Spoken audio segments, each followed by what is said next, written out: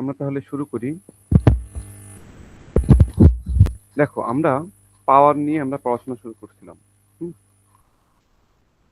তো সিমস সার্কিটে পাওয়ার ডিসিপেশনের সোর্স গুলা কি কি, এগুলা নিয়ে আমরা গত ক্লাসে কথাবার্তা বলছি।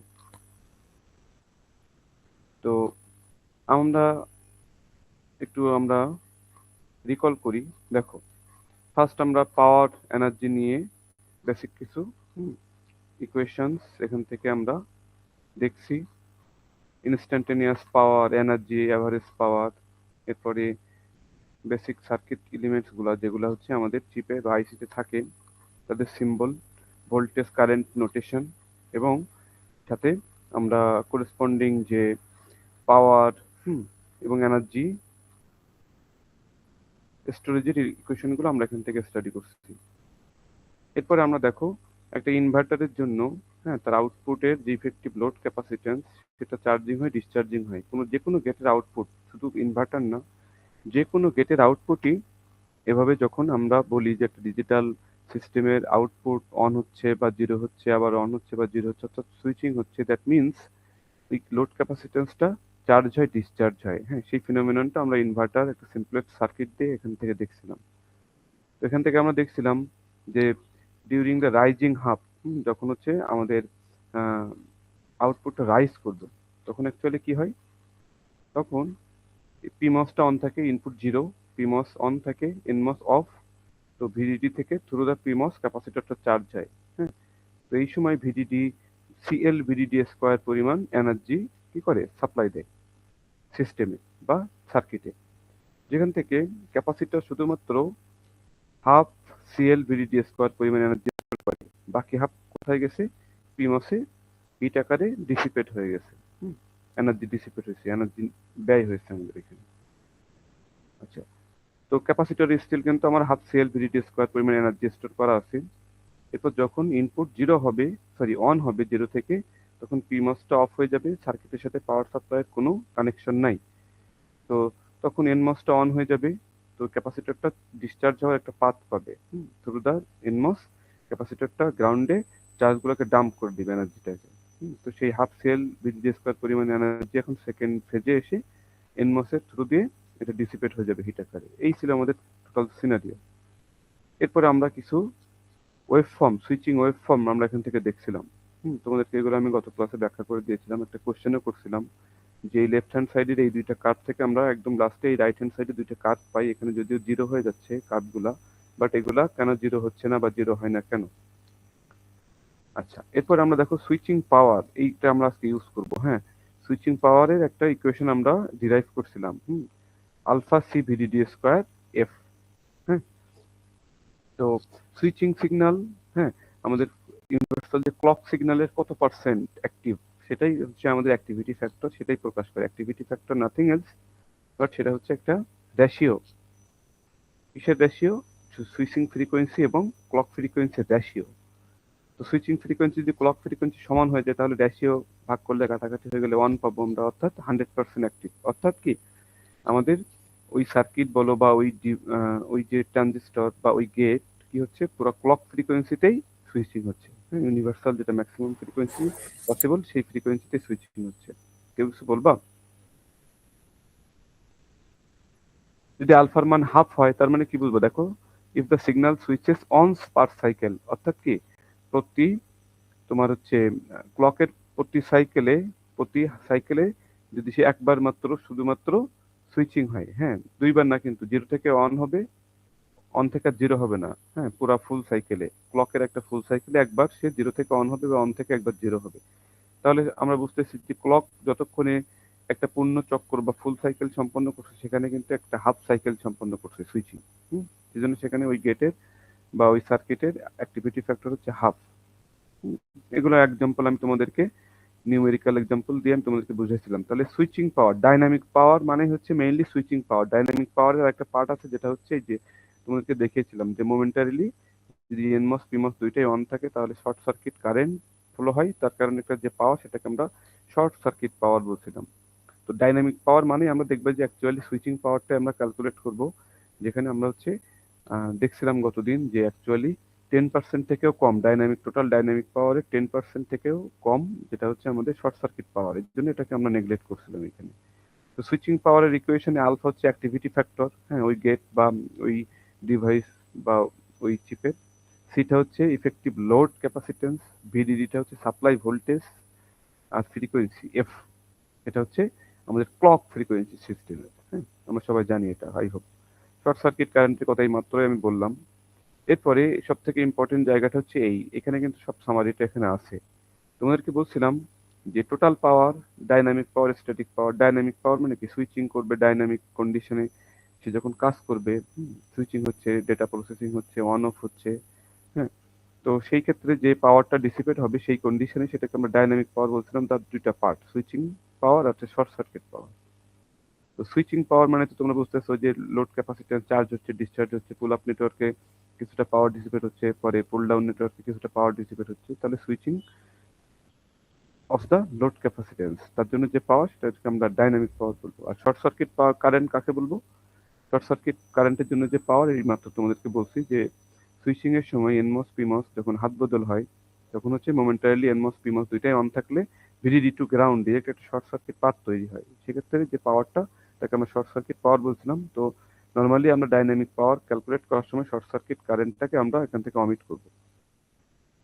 এরপরে স্ট্যাটিক পাওয়ার। স্ট্যাটিক পাওয়ার মানে কি, ডিভাইসটা যখন স্লিপ মোডে আছে, অর্থাৎ কাজ করতেছে না, তখন সে কিন্তু কিছু লিকেজ কারেন্টের কারণে কিছু পাওয়ার ডিসিপেট হইতে পারে। যখন সে কোনো সুইচিং হচ্ছে না, কাজ করছে না, কোনো ডেটা প্রসেসিং করছে না, কোনো লজিক পারফর্ম করছে না, সেক্ষেত্রেও কিছু পাওয়ার কিন্তু ডিসিপেট হতে পারে লিকেজ কারেন্ট ফ্লো হওয়ার কারণে। সাব থ্রিশোল্ড লিকেজ তোমাদেরকে বলছি যে থ্রেশোল্ড ভোল্টেজের আগের রিজিয়নটাতে, ঠিক আগের রিজিয়নটাকে আমরা সাব থ্রেশোল্ড রিজিয়ন বলি। সেই সময়টাতে আমরা ডিভাইসকে অফ আমরা কনসিডার করি, বাট স্টিল সেখানে কিন্তু কিছু কারেন্ট এক্সিস্ট করতে পারে। সেটাকে আমরা sub threshold leakage. Gate leakage, গেটের নিচে আমরা হচ্ছে ইনসুলেটর প্লেস করে রাখি, থিন গেট অক্সাইড। তো সেক্ষেত্রে গেট দিয়ে কোনো কারেন্ট ফ্লো হওয়ার কথা নয়। এরপরেও টানেলিং এর কারণে বা আমাদের ইনসুলেটরের প্রপার্টিটার যদি হাই কোয়ালিটি ইনসুলেটর না হয়, সেখানে যদি কোনো ট্যাপ থাকে, সেখানে যদি কোনো চার্জ ট্যাপ হয়ে থাকে, বা কোনো ফরেন কোনো চার্জ যদি সেখানে থাকে, তাহলে সেই চার্জগুলো ট্রান্সফার হয়ে সেখানে একটা গেট লিকেজ কারেন্টের উদ্ভব ঘটাতে পারে। সেটাকে আমরা গেট লিকেজ বলছিলাম। জাংশন লিকেজ, পিএন জাংশন থাকলেই, সেটা যদি রিভার্স বায়াসে থাকে, তো তাহলে সেখানে কিছু লিকেজ আমরা পাই, লিকেজ কারেন্ট, যেটাকে আমরা বলছিলাম junction leakage. Reverse bias PN জাংশনে যে কারেন্ট ফ্লো হয়, লিকেজ কারেন্ট মাইনরিটি ক্যারিয়ারের জন্য, তো সেটাকে আমরা কি বলছিলাম, জাংশন লিকেজ। তোমাদের গতদিন এভাবে আমি ছবি এঁকে দেখিয়েছিলাম যে যদি এটা এনমসি হয়, তাহলে বডি হচ্ছে পি টাইপের, তাহলে এখানে একটা পিএন জাংশন ডায়োড আমরা এভাবে কল্পনা করতে পারি। অনুরূপভাবে এখানেও একটা পিএন জাংশন ডায়োড আমরা কল্পনা করতে পারি। তো এদেরকে যদি রিভার্স বায়াস কন্ডিশনে রাখা হয়, তাহলে যে জাংশনের অ্যাক্রসে কিছু লিকেজ কারেন্ট ফ্লো হয়, যেটাকে আমরা বলছিলাম জাংশন লিকেজ। আর কন্টেনশন কারেন্ট কি বলছিলাম, যে সিমস সার্কিটে, আমাদের সিমস সার্কিটে কিন্তু কন্টেনশন কারেন্ট থাকবে না। কন্টেনশন কারেন্ট শুধুমাত্র কখন এক্সিস্ট করবে, কন্টেনশন কারেন্ট এক্সিস্ট করবে যদি আমাদের সার্কিটটা রেশিওড সার্কিট হয়। রেশিওড সার্কিট মানে তোমাদেরকে কি বলছি, পুল আপ নেটওয়ার্ক এবং পুল ডাউন নেটওয়ার্কে ভিন্ন রেশিও দেয়া থাকবে। ভিন্ন রেশিও মানে কি, এদের ডিফারেন্ট স্ট্রেংথ দেয়া থাকবে। একটা স্ট্রেংথ বেশি থাকবে, একটা স্ট্রেংথ কম থাকবে। তো আউটপুট যখন জিরো থাকে, আউটপুট যখন জিরো, তখন এই সমস্যাটা ঘটে যে বোথ পুল আপ নেটওয়ার্ক এবং পুল ডাউন নেটওয়ার্ক একই সাথে অন থাকে। তখন এদের মধ্যে একটা কারেন্ট ক্যারি হয়, হ্যাঁ, ভিডিডি টু গ্রাউন্ড একটা শর্ট সার্কিট কারেন্ট পাথ তৈরি হয়। সেই কারেন্টকে আমরা বলছিলাম কন্টেনশন কারেন্ট। তো কন্টেনশন কথাটার মানে হচ্ছে ঝগড়া বা বিবাদ। তো যখনই দুইটাই একই সাথে অন হয়, পুল আপ নেটওয়ার্ক চায় আউটপুটকে পুল আপে ধরে রাখতে, পুল ডাউন নেটওয়ার্ক চায় ডিসিপেট করে, এনার্জি ডাম্পিং করে পুল ডাউন করতে। এই জন্য এদের মধ্যে একটা যুদ্ধের মতো একটা পরিস্থিতির সৃষ্টি হয়, দুইজন একে অপরের সাথে পাল্লাপাল্লি দেয়। এই জন্য এই ঘটনাকে আমরা বলি কন্টেনশন কারেন্ট। এগুলো হচ্ছে আমাদের গতদিনের পড়াশোনা।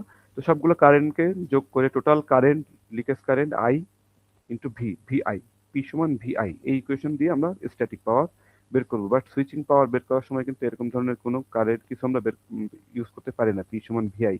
তার জন্য কিন্তু একটা স্পেশাল ফর্মুলা আমরা বের করে নিয়ে আসছি। কারণ কি, এখানে কিন্তু ইলেকট্রিক্যাল ফেনোমেনন যেটা ঘটে, সুইচিং, ক্যাপাসিটর চার্জিং ডিসচার্জিং, হ্যাঁ, এই জন্য কিন্তু এটা ওই যে in general P is equal to VI, যেটা কিনা আমরা কোনো রেজিস্ট্যান্স সে তার মধ্য দিয়ে কারেন্ট যাচ্ছে, তার দুই প্রান্তের ভোল্টেজ ড্রপ হচ্ছে ভিআর বললাম।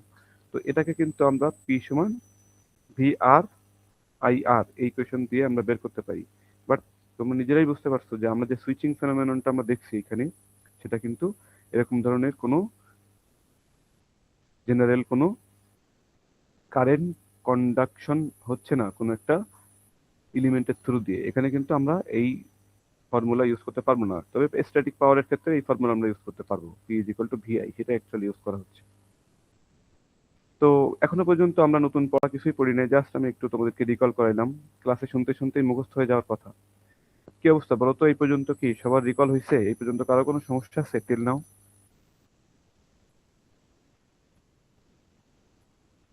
এই পর্যন্ত কারো কোনো সমস্যা আছে? না। ওকে, এবার দেখো আমরা একটা ম্যাথমেটিক্স পড়বো এখান থেকে, হ্যাঁ, ডাইনামিক পাওয়ার ক্যালকুলেশনের একটা সুন্দর ম্যাথমেটিক্স, এখান থেকে আমাদের অনেক কনসেপ্ট ক্লিয়ার হবে। এই যে দেখো 5.2 বইয়ের ডাইনামিক পাওয়ার, যে কথাগুলো আমি এখন বলছি এই এগুলো এখানে লেখা আছে, তোমরা এগুলো বিস্তারিত পড়বা। এখানে তোমাদের নিয়ে আসার উদ্দেশ্য হচ্ছে যে আমরা চাচ্ছি যে এখান থেকে কোশ্চেনের স্টেটমেন্ট একটু আমরা পড়তে চাচ্ছি। কারণটা হচ্ছে আমাদের স্লাইডে কোশ্চেনের স্টেটমেন্ট ওইভাবে দেওয়া নেই, ওখানে খুব সংক্ষেপে জাস্ট হচ্ছে ভ্যালুগুলো নিয়ে আসা হয়েছে। যেমন দেখো এই যে ডাইনামিক পাওয়ার, এখানে সামারিটা নিয়ে আসা হচ্ছে। তো এটা হচ্ছে আমরা এটা সলিউশন দেখো মাত্র 3 লাইনে ওটা সলিউশন করে দিয়েছে। হুম, বইতেও যদি তুমি দেখো যে দেখো এই যে এত বড় একটা প্রবলেমের স্টেটমেন্ট লিখছে বাট সলিউশন করছে এত সংক্ষেপে। তো এখানে এত সংক্ষেপে আমরা জিনিসটা বুঝতে আমাদের সমস্যা হতে পারে, এই জন্য আমি একটু তোমাদেরকে বিস্তারিত এই সলিউশনটা দেখাবো। তার আগে সবথেকে ইম্পর্টেন্ট হচ্ছে কোশ্চেনটা ভালোভাবে বোঝা। কোশ্চেনটা খুব ভালোভাবে বুঝতে হবে আগে আমাদেরকে। তো স্টেটমেন্টটা পড়ে আমি তোমাদেরকে একটু ব্যাখ্যা করছি, তোমরা একটু ধীরে সুস্থে শোনো। আর কোথাও কোনো সমস্যা থাকলে বা কোশ্চেন থাকলে জিজ্ঞাসা করবা। খেয়াল করো, আমরা এখন এক্সাম্পল 5.1, এইটা আমরা এখন পড়াশোনা করছি, এক্সাম্পল 5.1। তাহলে কোশ্চেনের স্টেটমেন্টটা আমরা একটু পড়াশোনা করি, সবাই একটু শোনো মনোযোগ দিয়ে, খুব ভালোভাবে খেয়াল করবা কিন্তু। আচ্ছা, এতবার করে বলার পরেও অনেকেই ক্লাসে দেখছি আজকে অ্যাবসেন্ট, কারণ কি? আচ্ছা, দেখা যাক। দেখো, a digital system on chip, system on chip, SOC বলে সংক্ষেপে। তোমরা পড়ে থাকবে অনেক জায়গায় এসওসি। এসওসি মানে সিস্টেম অন চিপ, অর্থাৎ একটা কমপ্লিট সিস্টেম, একটা প্রসেসর, বা যেমন রাস্পবেরি পাই, বা আরডুইনো যে বোর্ডগুলো আমরা ইউজ করি, হ্যাঁ, এগুলোকে আমরা সিস্টেম অন চিপ বলতে পারি। হ্যাঁ, চিপ আকার একটা সিস্টেম, যদিও এগুলোকে সরাসরি আমরা পুরোপুরি চিপ বলতে পারি না, এটা একটা মডিউল আকারে থাকে। চিপ ছাড়াও এখানে প্রসেসর ছাড়াও ছাড়াও আরো কিছু ক্যাপাসিটর বা আরো কিছু ব্যাপার স্যাপার এখানে থাকে। অ্যাকচুয়ালি সিস্টেম অন চিপ বলতে আমরা কি বুঝবো? কোন একটা প্রসেসর কমপ্লিট একটা প্যাকেজ, হ্যাঁ, যেটা হচ্ছে একটা সিস্টেমের মতো কাজ করবে, চিপ আকারে কোন একটা সিস্টেম। তো সহজ কথায় তোমরা এসওসি মানে আপাতত তোমরা প্রসেসর হিসেবে তোমরা ধরে নিতে পারো, মাইক্রো প্রসেসর কাইন্ড অফ। তাহলে digital system on chip in a 1 volt 65 nanometre process. এবার খেয়াল করো, এই 1 volt in a 1 volt 65 nanometre process, এই 1 ভোল্ট মানে কি? এটা হচ্ছে সিস্টেমের পাওয়ার সাপ্লাই, ভিডিডি এর মান। খেয়াল করো, ল্যাঙ্গুয়েজ গুলা খেয়াল করবা, বিভিন্ন ভাবে কিন্তু এগুলাকে আমাদেরকে বলে দেওয়া থাকতে পারে। এই 1 ভোল্টটা তাহলে কি? সিস্টেমটা দেখো in a 1 volt 65 nanometre process. কেউ এখন বলতে পারবে 65টা ন্যানোমিটারটা কিসের ডাইমেনশন বলছে বা কিসের সাইজ বলে দিচ্ছে আমাদেরকে? Any idea? স্যার গেটের ওয়েট হতে পারে। গেটের উইথ না, মোটামুটি ঠিক দিকে গেছো। Gate length, channel length, feature size, technology node, চারটা নাম বলছিলাম না তোমাদেরকে অনেকবার? হুম, তো কোনো কিছু, কোনো সিস্টেম বা কোনো প্রসেসরের জন্য প্রসেস, এই যে বলছিলাম প্রসেস, হ্যাঁ, তাহলে তোমাদেরকে আমি অনেকগুলো নাম বলছিলাম, খেয়াল করো, gate length, channel length, technology node বা ফিচার সাইজ, বা শুধু প্রসেস নামেও তাদেরকে ডাকা হতে পারে। শুধু প্রসেস মানে কি? ওই যে টেকনোলজি নোড, কত নোডের টেকনোলজি আমরা ইউজ করছি। 65 ন্যানোমিটার প্রসেস মানে কি? ওই সিস্টেম অন চিপটাতে যে ট্রানজিস্টর গুলো ব্যবহার করা হচ্ছে তাদের ফিচার সাইজ, তাদের গেট লেন্থ, তাদের চ্যানেল লেন্থ, তাদের টেকনোলজি নোড, যে কোনো কিছু তুমি বলতে পারো। এখন বুঝতে পারছো? ক্লিয়ার? এটা এটা খুবই ইম্পর্টেন্ট কিন্তু এই প্যারামিটারটা বুঝতে পারবো তো? এরকম কোনো ডাইমেনশন থাকলে আমরা বলো। এটা হচ্ছে তাহলে 2λ এর মান, ফিচার সাইজ, প্রসেস। আচ্ছা, এই কথাটা কি বুঝতে পারছো সবাই? এই দুইটা প্যারামিটার এখান থেকে পিক আপ করা যাবে তো? জি স্যার। স্যার আরেকবার বলবেন। আচ্ছা দেখো, 65 ন্যানোমিটার প্রসেস, দেখো একটা সিস্টেম অন চিপ বা processor in a 1 volt 65 nanometre process, তাহলে ওই সিস্টেমটা নিশ্চয়ই 1 ভোল্টে ড্রাইভ হয়, কাজ করে। তার মানে কি, পাওয়ার সাপ্লাই ভিডিডি এর মানে 1 ভোল্ট। এটাকে আমি যে কোনো কিছু করে দিতে পারি, 5 করে দিতে পারি, 2 করে দিতে পারি, 1.5 করে দিতে পারি, ঠিক আছে? তো 1 ভোল্ট 65 ন্যানোমিটার প্রসেস। তো 65 ন্যানোমিটার প্রসেস মানে কি? দেখো, আমরা বলছিলাম যে সব থেকে ইম্পর্টেন্ট প্যারামিটার পলিসিলিকনের উইথ, আমাদের ডিভাইসের পলিসিলিকনের উইথ।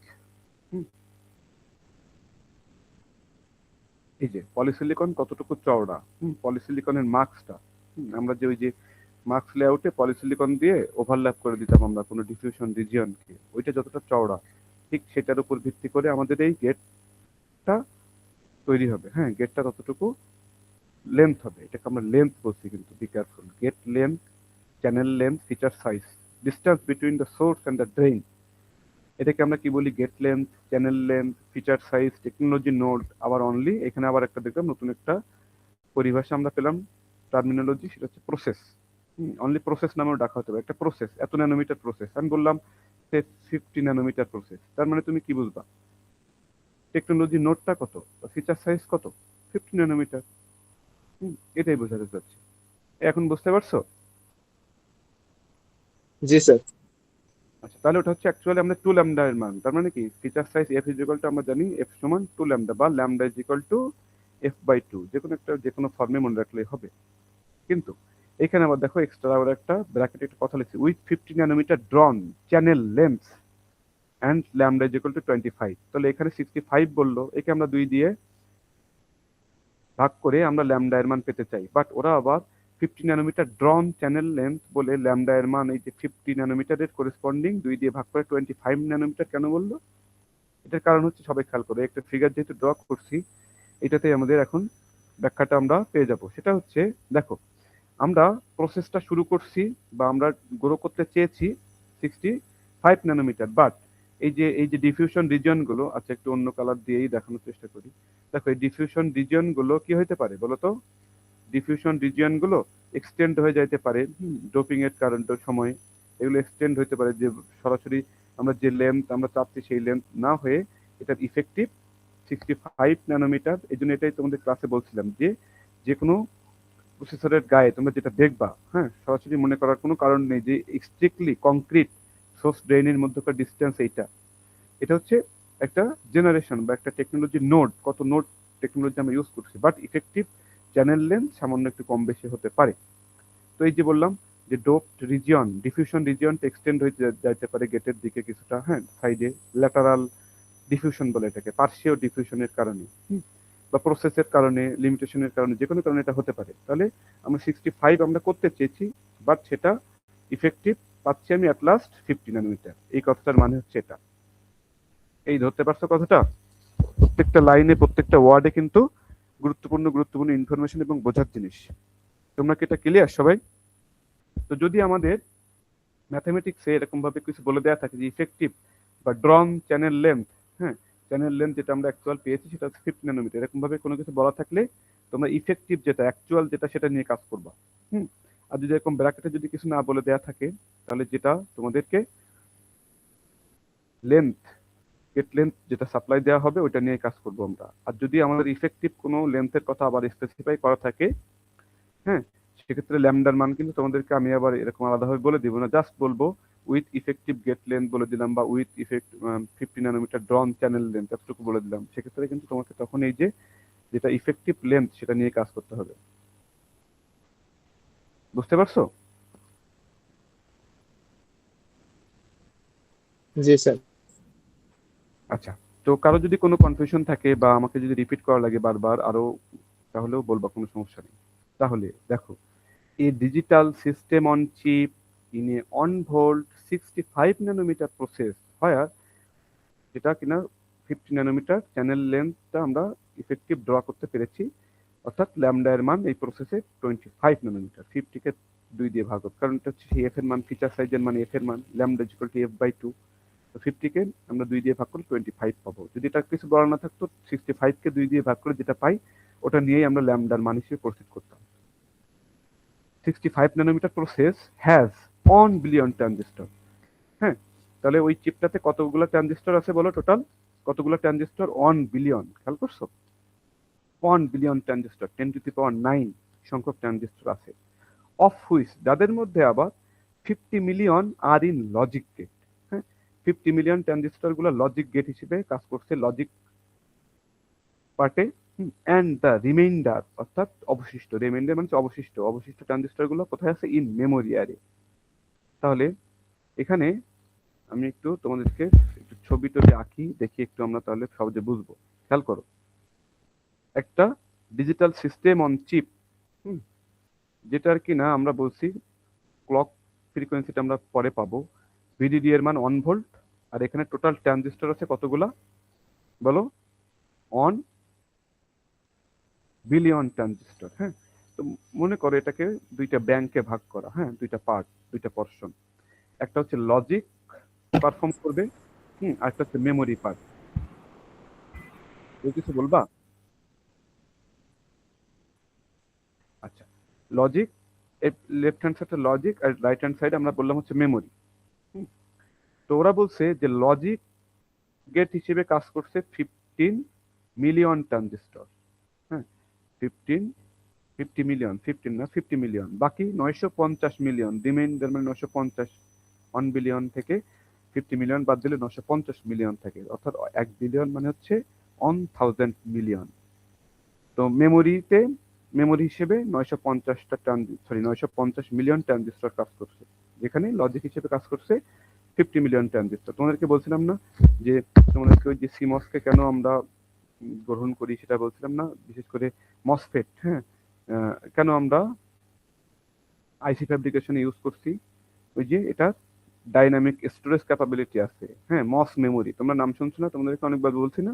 তো মস ট্রানজিস্টর গুলাকে আমরা লজিক পারফর্মে সুইচ হিসেবেও ব্যবহার করতে পারি, তাদেরকে আমরা মেমোরি হিসেবে ব্যবহার করতে পারি। এই জন্য এখানে দেখো সেম ট্রানজিস্টর, সেম ট্রানজিস্টর না, এদের সাইজ একটু পার্থক্য থাকবে।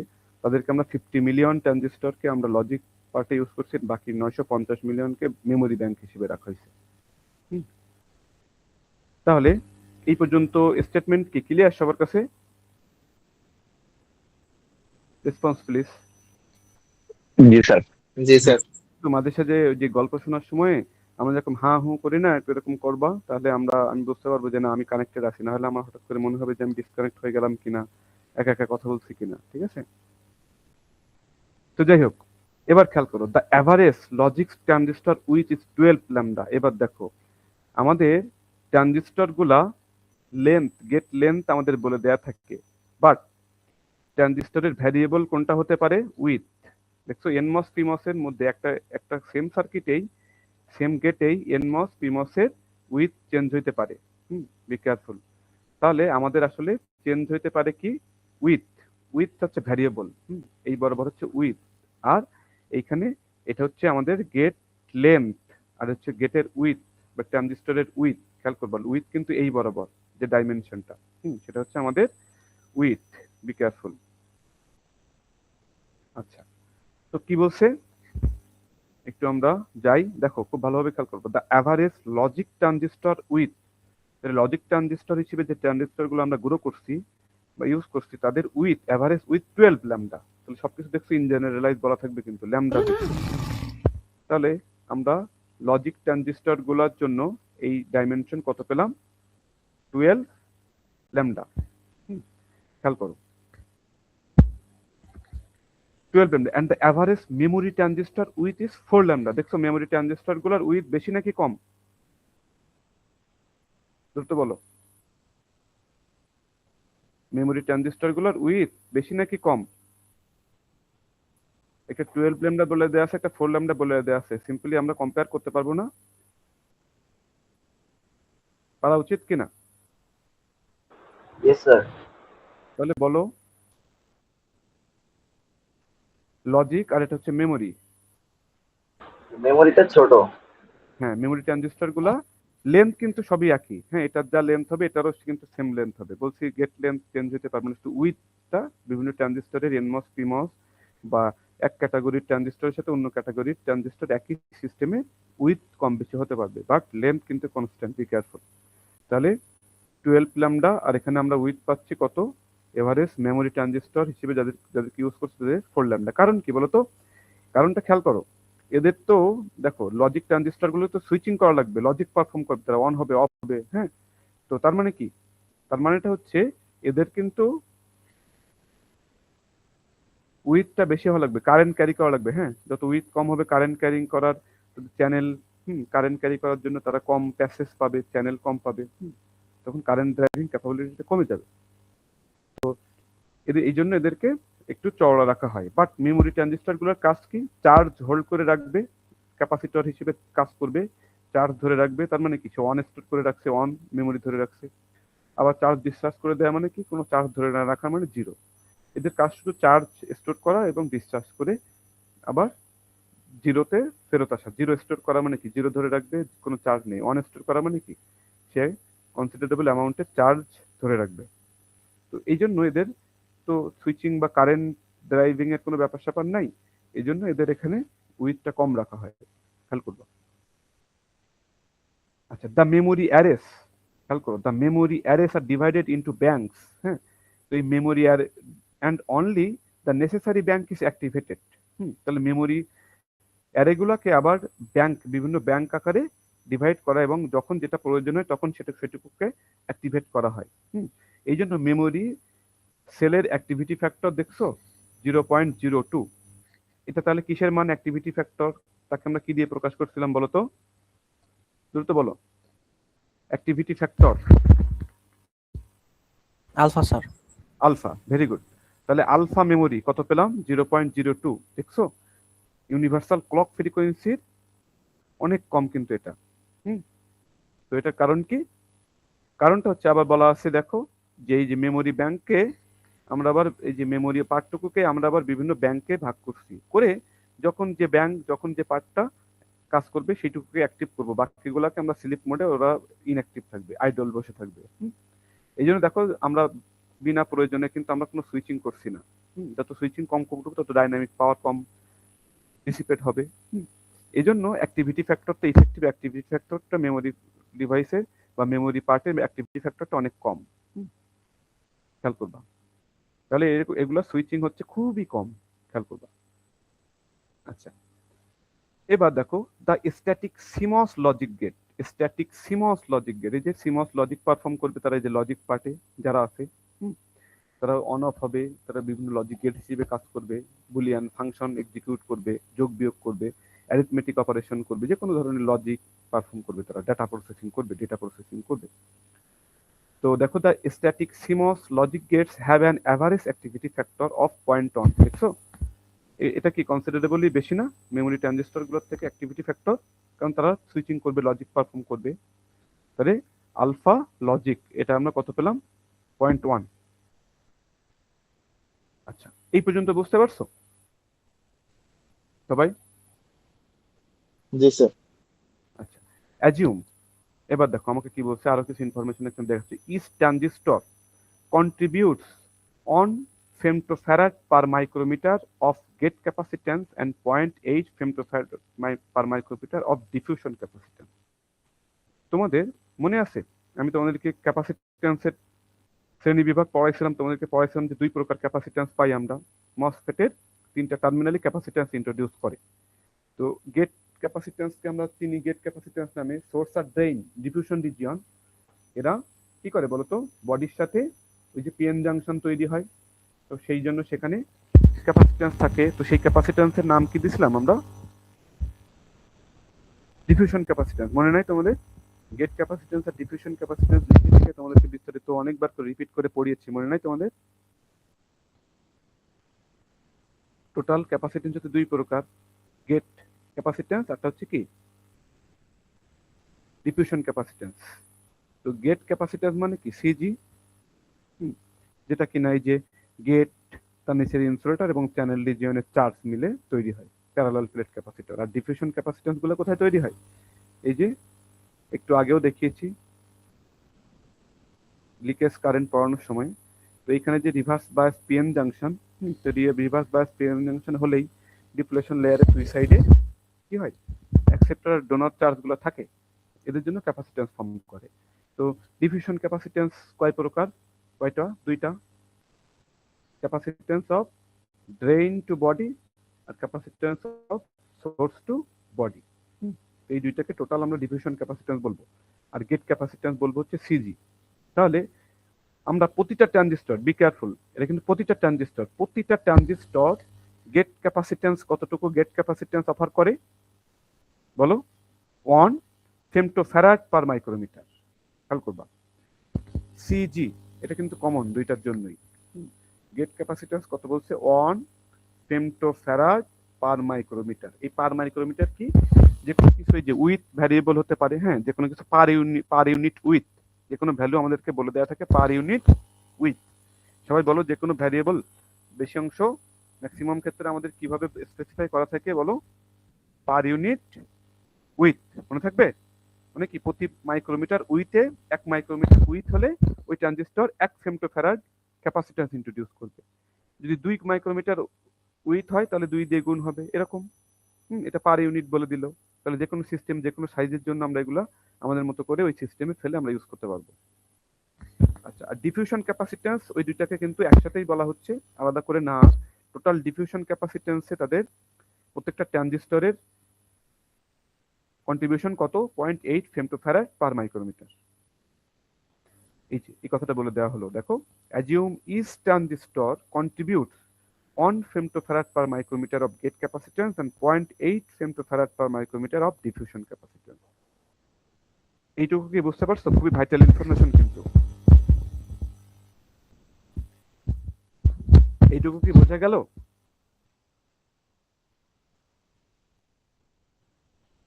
হ্যালো, তোমরা কি শুনতে পাচ্ছ? জি স্যার। আচ্ছা, এইটুকু কি বোঝা গেল? এই কথাগুলো পড়ে কি ইনফরমেশন আমাদেরকে, কি ডেটা সাপ্লাই দিচ্ছে, কোন প্যারামিটার, এগুলোকে আমরা বুঝতে পারবো তো স্পষ্ট? জি কারো স্যার। কোনো সমস্যা আছে? আচ্ছা, ওকে, তাহলে আমরা সামনে আগাচ্ছি। খেয়াল করো এবার, নেগলেক্ট ওয়্যার ক্যাপাসিটেন্স। খেয়াল করো, আমাদের প্রবলেমগুলোকে সলভ করে দিচ্ছে। বললাম না যে আমরা মেটালাইজেশন করে করে ওই যে আমাদের একটা 1 বিলিয়ন ট্রানজিস্টর এখানে আছে এই সিস্টেমে, তাহলে প্রত্যেকটার সাথে কানেকশন হবে না, বিভিন্ন হবে। এক্সটার্নাল ওয়্যার না, এগুলো হচ্ছে আমাদের প্রিন্ট করা মেটালিক ওয়্যার। হ্যাঁ, ওই যে তোমাদেরকে বলছিলাম যেটা মেটালাইজেশনের জন্য মাস্ক ইউজ করি ওরকম। তো এই ওয়্যার, যেগুলো যে কানেক্টিং ওয়্যার হিসেবে যে মেটাল লেয়ার গুলো থাকে, সেগুলো কিন্তু ক্যাপাসিট্যান্স ইন্ট্রোডিউস করে। বাট আমরা সিম্পলিসিটির জন্য এখানে আমাদেরকে বলা হচ্ছে neglect wire capacitance for now, though it could account for a large fraction of total power. যদিও লার্জ সিস্টেমে এই ওয়্যার ক্যাপাসিট্যান্সও কিন্তু একটা বড় পাওয়ার সে কনজিউম করতে পারে বা ডিসিপেট করতে পারে। বাট আমাদের এখানে এটাকে আমরা সিম্পলিসিটির জন্য নেগলেক্ট করছি। এস্টিমেট, তারপর এস্টিমেট, আমাদেরকে পাওয়ারটা ক্যালকুলেট করতে বলা হচ্ছে, বা এটাকে আমরা এস্টিমেট করতে বলা হচ্ছে। Estimate the switching power when operating at 1 gigahertz. এইবার বলো যে লাস্টের এই ইনফরমেশনটা কি ইনফরমেশন বলো তো? ওই সিস্টেম অন চিপ এসওসিটা 1 গিগাহার্টজে অপারেট করছে, তার মানে এটা ক্লক ফ্রিকোয়েন্সি না, তাই তো নাকি? ক্লক ফ্রিকোয়েন্সি কত? 1 গিগাহার্টজে অপারেট করছে এই সিস্টেমটা।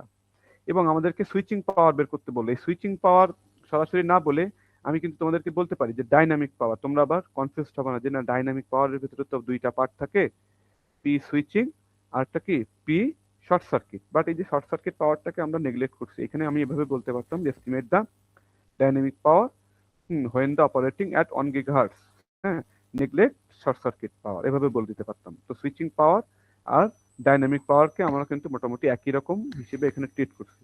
খেয়াল করো, তাহলে আমাদের পি সুইচিংটা বের করতে হবে, সুইচিং পাওয়ার এই সিস্টেম অন চিপে। প্রবলেমের স্টেটমেন্ট ক্লিয়ার সবার কাছে? জি কোশ্চেন স্যার। কিন্তু আগে বুঝতে হবে, ফার্স্ট কোশ্চেন ভালোভাবে বুঝতে হবে যে কোনো পরীক্ষায়, যে কোনো কিছুতে, তারপরে অ্যান্সার পরের ব্যাপার। আমি যদি কোশ্চেনটাই না বুঝি তাহলে আমি অ্যান্সার করব কি? আচ্ছা, এখন খেয়াল করো, এবার আমরা সলিউশনে যাব। তো সলিউশন আমরা প্রথমে স্টেটমেন্টটা পড়ার পরে আমাদের মনে হচ্ছে কি একটা জটিল প্রবলেম। তো অ্যাকচুয়ালি সুইচিং পাওয়ার, ডাইনামিক পাওয়ার বের করতে হবে। তো ডাইনামিক পাওয়ার বা সুইচিং পাওয়ার বের করার জন্য তুমি ইকুয়েশন জানো কি? Alpha C VDD square F. তাহলে এই ফর্মুলায় যে মানগুলো আমাকে ব্যবহার করতে হবে, সেই মানগুলো যদি আমি পিক আপ করে নিয়ে আসতে পারি, বের করে নিয়ে আসতে পারি, তাহলে এই কাজ শেষ। কিন্তু এখানে আমাকে আলাদা আলাদা ভাবে দুই পার্টে আমাকে এই ইকুয়েশনটা ব্যবহার করতে হবে। কারণ কি বলতো? কারণটা হচ্ছে এক পাশে লজিক আর এক পাশে মেমোরি, এবং এদের অ্যাক্টিভিটি ফ্যাক্টরে পার্থক্য আছে, তাদের উইথেও পার্থক্য আছে। তার মানে কি তাদের ক্যাপাসিট্যান্সেও পার্থক্য চলে আসবে। কমন কোনটা বলতে পারবা? দুই পাশেই ইউনিভার্সাল ভ্যারিয়েবল কোনটা? লজিক আর মেমোরির জন্য এই যে বাইরে যেগুলো লিখছি ভিডিডি, এটা ইউনিভার্সাল, এটা আলাদাভাবে আমাদেরকে বের করার কোনো দরকার নেই, দুই পাশেই সেম হবে পুরো ফুল সিস্টেমের জন্য। অনুরূপভাবে এই যে দেখো, যেটা কিনা আমাদের ক্লক ফ্রিকোয়েন্সি সিস্টেমের, হ্যাঁ, সেটাও আমাদের কিন্তু ইউনিভার্সাল ভ্যারিয়েবল, দুইটা দুই পাশের জন্যই সেম। আচ্ছা, তাহলে আমরা দুই পাশে আলাদা করে, এই পাশে হচ্ছে আমাদের পি সুইচিং লজিক পার্ট আর পি সুইচিং, এ পাশে বললাম মেমোরি পার্ট। তাহলে এই পাশেও আমাকে আলাদাভাবে ইন্ডিপেন্ডেন্টলি এই ফর্মুলাটা ইউজ করতে হবে, যেখানে কিনা ভিডিডি আর এফ আছে, যেটা আমাদের বের করা লাগবে না। আমাদের কনসার্ন হচ্ছে আলফা সি নিয়ে। তো আলফার মান, মেমোরি পার্টে আলফার মান কত বলে দিয়েছে বলো? 0.02, আর এটা হচ্ছে 0.1 লজিক পার্টে। এইবার আমাদের তাহলে আননোন থাকতেছে একটাই ভ্যারিয়েবল, কি বলতো সবাই বলো? কি ফাইন্ড আউট করতে হবে? Effective total capacitance, C vital information এটা সব থেকে। তাহলে দেখো আমাদের টোটাল এইখানে এই যে 50 মিলিয়ন ট্রানজিস্টর, হ্যাঁ, প্রত্যেকে ক্যাপাসিট্যান্স ইন্ট্রোডিউস করে। তাহলে একটা ট্রানজিস্টর টোটাল কতটুকু ক্যাপাসিট্যান্স ইন্ট্রোডিউস করে তুমি এটা বের করবা ফার্স্ট করে, তার সাথে 50 মিলিয়ন গুণ করে দিলে টোটাল ইফেক্টিভ ক্যাপাসিট্যান্স পেয়ে যাবো for the logic part. Same প্রযোজ্য মেমোরি পার্টের জন্য। কি করব? একটা সিঙ্গেল ট্রানজিস্টর টোটাল কতটুকু ক্যাপাসিট্যান্স ইন্ট্রোডিউস করে for both gate capacitance and diffusion capacitance, এটা আমি বের করে ফেলতে পারলে 950 দিয়ে গুণ করে টোটাল মেমোরি ব্লকের জন্য টোটাল ক্যাপাসিট্যান্স, ইফেক্টিভ ক্যাপাসিট্যান্সটা আমি পেয়ে যাব। ক্লিয়ার সবাই? একটু একটু করে কিন্তু আমরা সলিউশনের মধ্যে ঢুকে যাচ্ছি, খেয়াল করবা। তাহলে দেখো সবাই, একটু হ্যান্ড রিটেন এটা একটু তোমাদেরকে একটু দেখাই। তো ফার্স্ট আমরা খেয়াল করবো এক্সাম্পল, ভিডিডি এর মান 1 ভোল্ট। আচ্ছা, এটা দেখতে পাচ্ছ তো সবাই? এটা হ্যান্ড রিটেন ম্যাটেরিয়াল, এটা আমার লেখা না, যদিও এটা কালেক্ট করা। মোটামুটি এখানে যেভাবে আছে তোমরা বুঝতে পারবা, সমস্যা নেই, আমি ব্যাখ্যা করে দিলে। এই তোমরা দেখতে পাচ্ছ হ্যান্ড রিটেন ম্যাটেরিয়ালটা? জি স্যার, জি স্যার। ওকে, তো ভিডিডির মান হচ্ছে 1 ভোল্ট। আচ্ছা, ড্রন চ্যানেল লেন্থ, হ্যাঁ, তো ড্রন চ্যানেল লেন্থ হচ্ছে 50 ন্যানোমিটার বলা আছে ওখানে ইফেক্টিভ। তাহলে ফিচার সাইজ, হ্যাঁ, F is equal two, sorry, lambda is equal two f/2। Feature সাইজের মান অ্যাকচুয়ালি আমরা এখানে এভাবে বলতে পারতাম, ফিচার সাইজ হচ্ছে 50 ন্যানোমিটার, তাহলে ল্যামডা ইজ ইকুয়াল টু আমরা জানি f/2, তাহলে f এর জায়গায় বসবে 50/2, তাহলে কত পাবো? 25 ন্যানোমিটার। ল্যামডার মানটা কিন্তু খুবই গুরুত্বপূর্ণ, কারণ সবকিছু আমাদের ল্যামডা রেসপেক্টে বলে দেওয়া থাকে। ল্যামডা বেস ডিজাইন রুল তোমাদেরকে পড়িয়েছি, মাস্কের লেআউট পড়িয়েছি, হ্যাঁ, এখান থেকে এক ল্যামডার মান জানা থাকলে সবকিছু আমরা ওখান থেকে বের করতে পারি। আচ্ছা, ল্যামডার মানটা আমরা প্রথমে ফাইন্ড আউট করব, ফার্স্ট কাজ আমাদের। এরপর দেখো টোটাল 1 বিলিয়ন ট্রানজিস্টর আছে আমাদের এই সিস্টেমে, টোটাল মেমোরি আর লজিক মিলে। তো 1 বিলিয়ন মানে হচ্ছে 10⁻9, 10⁻9 মানে হচ্ছে 1 বিলিয়ন ট্রানজিস্টর। তাহলে আমার মেমোরি পার্টে কতটুকু, কয়টা ট্রানজিস্টর আছে, আর লজিক পার্টে কতটা আছে, একটু আলাদাভাবে সংখ্যা হিসেবে আমাদেরকে লিখতে চাই আমরা। তো ওখানে বলা ছিল, দেখো, যে মেমোরি পার্টে 50 মিলিয়ন, মেমোরি পার্টে 50 মিলিয়ন ট্রানজিস্টর। তাহলে number of logic gate transistor, হ্যাঁ, আচ্ছা সরি, 50 মিলিয়ন কোথায়? লজিকে, হ্যাঁ, এই যে উপরে লেখা আছে, একটু দেখি আমরা, এই যে লজিক পার্টে 50 মিলিয়ন, ঠিক আছে। তাহলে দেখো লজিক গেট হিসেবে কতগুলো ট্রানজিস্টর আছে, কাজ করছে 50 মিলিয়ন। বিলিয়ন মানে 10⁹, সবাই মনে রাখবা, আর মিলিয়ন মানে 10⁶। তাহলে 50 মিলিয়নের জন্য 10⁶, এই এক্সপোনেন্টটা এখানে আসবে। তাহলে বাকি 950 মিলিয়ন ট্রানজিস্টর, হ্যাঁ, অর্থাৎ নাম্বার অফ মেমোরি ট্রানজিস্টর, এগুলোকে মুখস্থ করতে হবে, মুখস্থ করা লাগবে না, এগুলো কিন্তু আমি চেঞ্জ করে দিতে পারি, মুখস্থ করবো না কিন্তু অন্ধের মতো। তাহলে 1 বিলিয়ন মানে তোমাদেরকে একটু আগেই বলছি 1 × 10⁹ বা শুধুমাত্র 10⁹ বললেও হবে, মাইনাস 50 মিলিয়ন। 50 মিলিয়ন মানে কি 15 × 10⁶, এটা বিয়োগ করলে আমরা কত পাবো? 950 গুণিতক 10⁶, 950 মিলিয়ন। তাহলে ট্রানজিস্টরের সংখ্যাগুলোকে আমরা এক্সাক্ট সংখ্যা আকারে আগে বের করে নিয়ে আসলাম, ওই যে গুণ করতে হবে। এবার দেখো সব থেকে ভাইটাল লাইন হচ্ছে এই দুইটা লাইন, এই দুইটা লাইন বুঝলেই এই ম্যাথমেটিক্সে তোমাদের আর কোনো জায়গায় কোনো সমস্যা হবে না। দেখো টোটাল লজিক পার্টের ক্যাপাসিট্যান্স গুলাকে আমরা কিভাবে বের করছি খেয়াল করো, টোটাল লজিক পার্টের ক্যাপাসিট্যান্স গুলাকে আমরা কিভাবে বের করছি।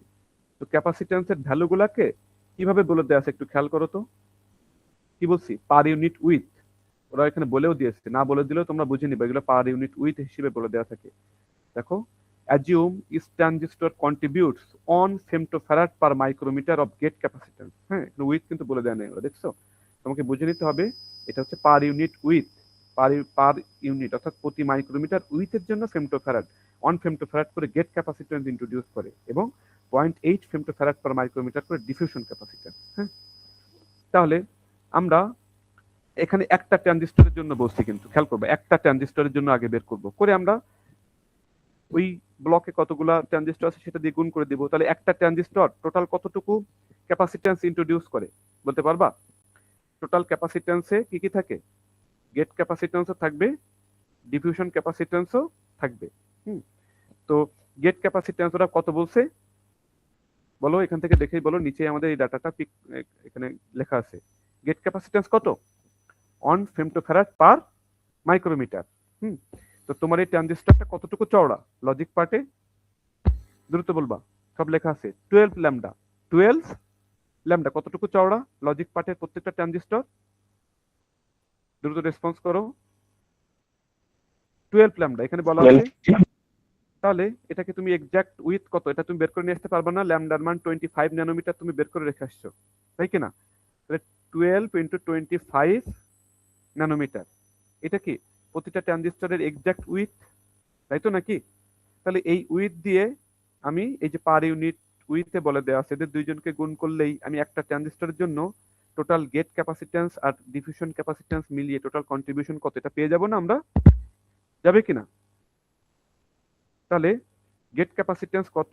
1 ফেমটোফ্যারাড পার মাইক্রোমিটারে বলে দেওয়া আছে কিন্তু।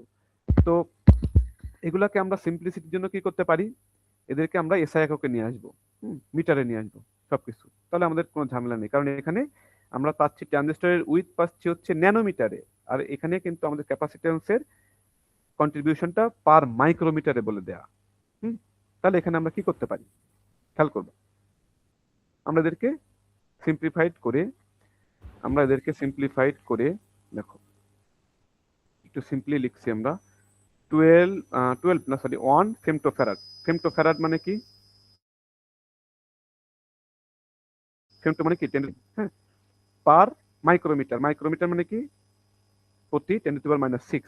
তাহলে এটা কিসে কনভার্ট হয়ে গেল? 1 ফ্যারাড পার মিটার, তাই না? হলো তো? তাহলে এটা হচ্ছে প্রতি, ওই নিয়ম করো তুমি যদি না বোঝো, 1 মাইক্রোমিটার বা 1 মিটার উইথের জন্য ক্যাপাসিট্যান্স ইন্ট্রোডিউস করে গেট ক্যাপাসিট্যান্সের কারণে 1 ফেমটোফ্যারাড।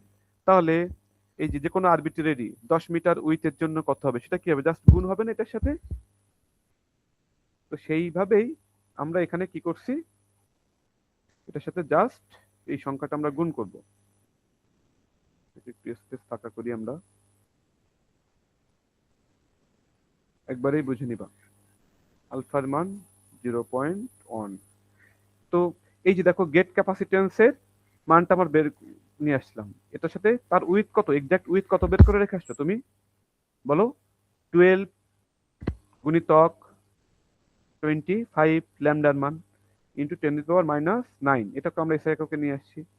তাহলে এইটুকু কি পেলাম? একটা ট্রানজিস্টর টোটাল কতটুকু গেট ক্যাপাসিট্যান্স ইন্ট্রোডিউস করে, এই যে গেট ক্যাপাসিট্যান্সের মানটুকু পেলাম এইটুকু, প্লাস ও তো শুধু গেট ক্যাপাসিট্যান্স ইন্ট্রোডিউস করে ক্ষান্ত হয় না, সে ডিফিউশন ক্যাপাসিট্যান্স ইন্ট্রোডিউস করে। তাহলে কি হবে? ডিফিউশন ক্যাপাসিট্যান্স পার ইউনিট উইথের জন্য বলে দেওয়া আছে, তো আমি উইথ টোটাল 12 ল্যামডা সেটা বের করে নিয়ে আসছি আমি। তাহলে ডিফিউশন ক্যাপাসিট্যান্সের জন্য একই ঘটনা আমরা ঘটাবো। 0.8 ফেমটোফ্যারাড পার মাইক্রোমিটার। ফেমটোফ্যারাড মানে কত? ফেমটো মানে 10⁻⁻15 পার মাইক্রোমিটারে আমরা এসআই এককে নিয়ে আসলাম, মিটারে নিয়ে চলে আসলাম। 8 ইন্টু 10⁻⁻15 ফ্যারাড পার 10⁻⁻6 মিটার।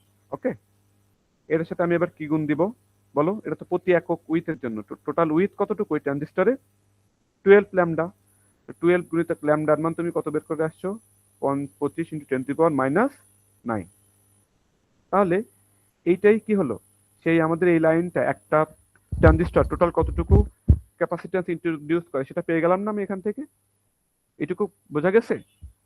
এরপর এটার সাথে 50 মিলিয়ন অর্থাৎ 50 ইন্টু 10⁻6 গুণ করে দিলেই আমরা কি পেয়ে যাব? টোটাল এই যে মেমোরি ব্লকে যে ট্রানজিস্টর গুলো আছে সবার মিলিত ক্যাপাসিট্যান্স, তারা যে ক্যাপাসিট্যান্স অফার করছে সেটা আমরা পেয়ে যাব। এই লাইনটা কি বোঝা গেছে? জি স্যার। দেখো এইখানে এবার এটা কিভাবে করে দেয়া আছে। তাহলে এইটা যদি তোমরা বুঝতে পারো তাহলে দেখো এইটাকে আমরা এইভাবে লিখতে পারতাম না? দেখো তো 1 প্লাস 0.8, হ্যাঁ, টোটাল ক্যাপাসিট্যান্স দুইটা আগে যোগ করে নিলাম, সিজি আর CF, sorry CD, gate capacitance আর ডিফিউশন ক্যাপাসিট্যান্স। এবার এই যে দুইজনকে একই ইউনিটে বলা আছে 10⁻⁻15 ফ্যারাড পার মাইক্রোমিটার, এইভাবে লিখলাম। লেখা যাবে কিনা? টোটাল ক্যাপাসিট্যান্স কন্ট্রিবিউশন 1, এই 1 আর এই 0.8 একবারে যোগ করে দিব, দিয়ে এই যে দেখো কমন সবকিছু, এই যে 15 ইন্টু 10⁻⁻6 বাই 10⁻⁻6 এদেরকে আমি কমন হিসেবে এদেরকে মাল্টিপ্লাই আকারে লিখতে পারবো কিনা? অনুরূপভাবে 12 ল্যামডা, দুই ক্ষেত্রেই, কারণ আমরা তো একই ব্লকের ট্রানজিস্টর নিয়ে কাজ করছি, এদের উইথ তো আলাদা হবে না। হ্যাঁ, তো 12 ল্যামডা উইথের জন্য আমরা গেট ক্যাপাসিট্যান্স বের করছি, 12 ল্যামডা উইথের জন্য ডিফিউশন ক্যাপাসিট্যান্সের কন্ট্রিবিউশন। তাহলে কি টোটাল কমন নিয়ে 12 ল্যামডাও এখানে আমরা লিখতে পারি 25 ইন্টু 10⁻⁹। এই লাইন আকারে যদি আমরা লিখি এই সলিউশনটাকে, আমাদের কি বুঝতে খুব কষ্ট হবে? বলো, হারি আপ, রেসপন্স। এই লাইনটা লিখলে কি এটা কি বুঝতে সমস্যা হবে আমাদের? নীল কালারের এই লাইনটা আমি লিখছি ইয়েলো কালারের পরে, বা এই যে পিঙ্ক কালারের পরে, পিঙ্ক না এটা হলুদের পরে, তাই তো নাকি? লেখা যাবে না এভাবে? জি স্যার। ফর্মে, বাট এটা কিভাবে আসছে কিভাবে লিখছে আগে কিন্তু বাচ্চাদের মতো ভেঙে ভেঙে দেখাইলাম একেবারে লাইন বাই লাইন। এই জন্য দেখো এইবার ভালোভাবে খেয়াল করো, এটা হচ্ছে সংখ্যাটা গুণ করা, একটা ট্রানজিস্টর টোটাল কতটুকু ক্যাপাসিট্যান্স ইন্ট্রোডিউস করে সেটা আমরা বের করছি। হ্যাঁ, এটা হচ্ছে সিজি, খেয়াল করো এটা হচ্ছে সিডি। আর টোটাল উইথ কত? 12 ল্যামডা।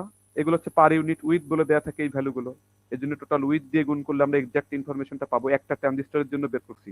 ফার্স্ট খেয়াল করো 12 ইন্টু ল্যামডার মান কত? এই যে বলে দেওয়া আছে ল্যামডা 25 ইন্টু 10⁻⁹। আর এসআই এককে নিয়ে আসার জন্য ফেমটো ফ্যারাড পার মাইক্রোমিটার, ফেমটো মানে কি 10⁻⁻15 পার মাইক্রোমিটার মানে কি 10⁻⁻6 মিটার।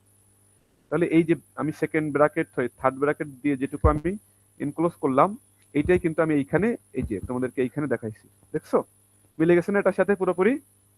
এটা কি হলো? একটা ট্রানজিস্টরের ক্যাপাসিট্যান্স কন্ট্রিবিউশন, তাহলে তার সাথে লজিক পার্টের 50 মিলিয়ন 50 ইন্টু 10⁻6 এই সংখ্যাটা গুণ করলে টোটাল লজিক পার্টের ইফেক্টিভ ক্যাপাসিট্যান্স আমরা পেয়ে গেলাম। দেখো তো বুঝছো কিনা? এটা কি বোঝা যায়?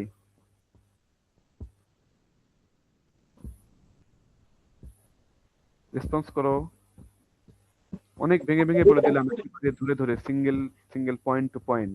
এরপরে সমস্যা থাকার কথা না, এরপরে যদি কারো কোনো সমস্যা হয় তোমরা নির্দ্বিধায় বলবা, কোনো সমস্যা নেই, প্রয়োজনে আমি আবার রিপিট করব। তো আমার মনে হয় রেকর্ডিংটা যেহেতু থাকছে তোমরা মনে হয় যে কোথাও সমস্যা হবে না, আশা করি ভিডিওটা দেখে নিলে একবার দুইবার মনে হয় এটা ক্লিয়ার হয়ে যাবে। জি স্যার। তো দেখো ওরা এই সলিউশন দেখছো একেবারে এক লাইনে করে দিয়েছে, যেটা তোমরা কিন্তু বুঝতে না, মাথার উপর দিয়ে যাইতো, না হলে মুখস্থ করতে। এই জন্য তোমাদেরকে একটু বিস্তারিত লাইন বাই লাইন আমি দেখাচ্ছি। তাহলে আমরা দেখো অনেকটা কিন্তু কাজ এগিয়ে গেছে আমাদের। তাহলে এই যে সি, হ্যাঁ, এটার মান কত বের করে ফেলছি আমরা লজিক পার্টে? টোটাল ক্যাপাসিট্যান্স কন্ট্রিবিউশন একটা ট্রানজিস্টরের জন্য বের করছি, খেয়াল করবা টোটাল গেট এবং ডিফিউশন ক্যাপাসিট্যান্স কন্ট্রিবিউশন, এরপরে 950 দিয়ে গুণ করছি, টোটাল ব্লকের জন্য পেয়ে গেছি। সেটা এখান থেকে আমরা কত পাচ্ছি 1.7 on 10 to the power minus 7 1.7 on 10 to the power minus 7 farad. Unit লিখবা, যে কোনো কোয়ান্টিটি ইউনিট ছাড়া কোনো কোয়ান্টিটি লিখলে কিন্তু সেখানে মার্ক কাটা যাবে, বি কেয়ারফুল। আচ্ছা, তাহলে একইভাবে তুমি মেমোরি পার্টেও তুমি এখন এই কাজটা করতে পারবা না, এই কাজটা রিপিট করতে পারবো না আমরা মেমোরি পার্টে। দেখো তো এখান থেকে আমি বুঝিয়ে দিচ্ছি, দেখো তো বোঝো কিনা। ফার্স্ট একটার জন্য বের করবে, এটা পরের এই সামনের সংখ্যাটা হচ্ছে যে 950 মিলিয়ন, জাস্ট সংখ্যাটা গুণ করে দেয়। একটার জন্য বোঝো কি দেখো তো। তো এখানেও কিন্তু ওই যে গেট ক্যাপাসিট্যান্স সিজি অন আর সিডি, টোটাল ক্যাপাসিট্যান্সটাকে যোগ করে নেওয়া হলো, যেহেতু তারা একই ইউনিট ছিল। একই ইউনিটে না থাকলে কিন্তু আবার এরকম করা যাবে না, আলাদা আলাদা ভাবে বের করতে হবে তোমাকে প্রত্যেকটা। এই যে আমি এখানে যেরকম ভাবে দেখিয়েছি, এরকম ভাবে এই যে এই লাইনটাতে যেরকম আছে, হ্যাঁ। তো সেখানে দেখো যদি এখানে এরকম বলা থাকতো যে এটা তো 1 ফেমটোফ্যারাড পার মাইক্রোমিটার বলে দেয়া, আর আরেকটা মনে করো যে বলে দেয়া 0.8 পিকোফ্যারাড পার মাইক্রোমিটার, তখন এটা কি হতো বলতো? এই 10 টু দি পাওয়ার মাইনাস 15 এর জায়গায় এই সেকেন্ড কেসে পিকো মানে কত, 10 টু দি পাওয়ার মাইনাস 12, হ্যাঁ, এখানে চেঞ্জ আসতো। তখন কিন্তু একবারে যোগ করে এই যে কমন করে যেটা আমরা শিখছি এখানে এরকম হতো না। মুখস্থ করবো না কিন্তু, যে কোনো কিছু কিন্তু আমি চেঞ্জ করে দিতে পারি ইচ্ছা মতো, তখন কিন্তু মুখস্থ করলে কিন্তু ধরা খেয়ে যাবো, কিন্তু শিখতে পারবো না। তো যাই হোক, এদের থেকে আমরা গুণ যোগ করে দিলাম। এবার এটা তো গেল প্রতি মাইক্রোমিটার উইথের জন্য এবং ফেমটোফ্যারাডে। তো আমরা এদেরকে ফ্যারাডে আনার জন্য 10 টু দি পাওয়ার মাইনাস 15, এখন আমরা বলতে পারবো ফ্যারাড পার মিটার, হ্যাঁ। আর প্রতি মাইক্রোমিটারকে প্রতি মিটারে কনভার্ট করার জন্য 10 to the power minus 6।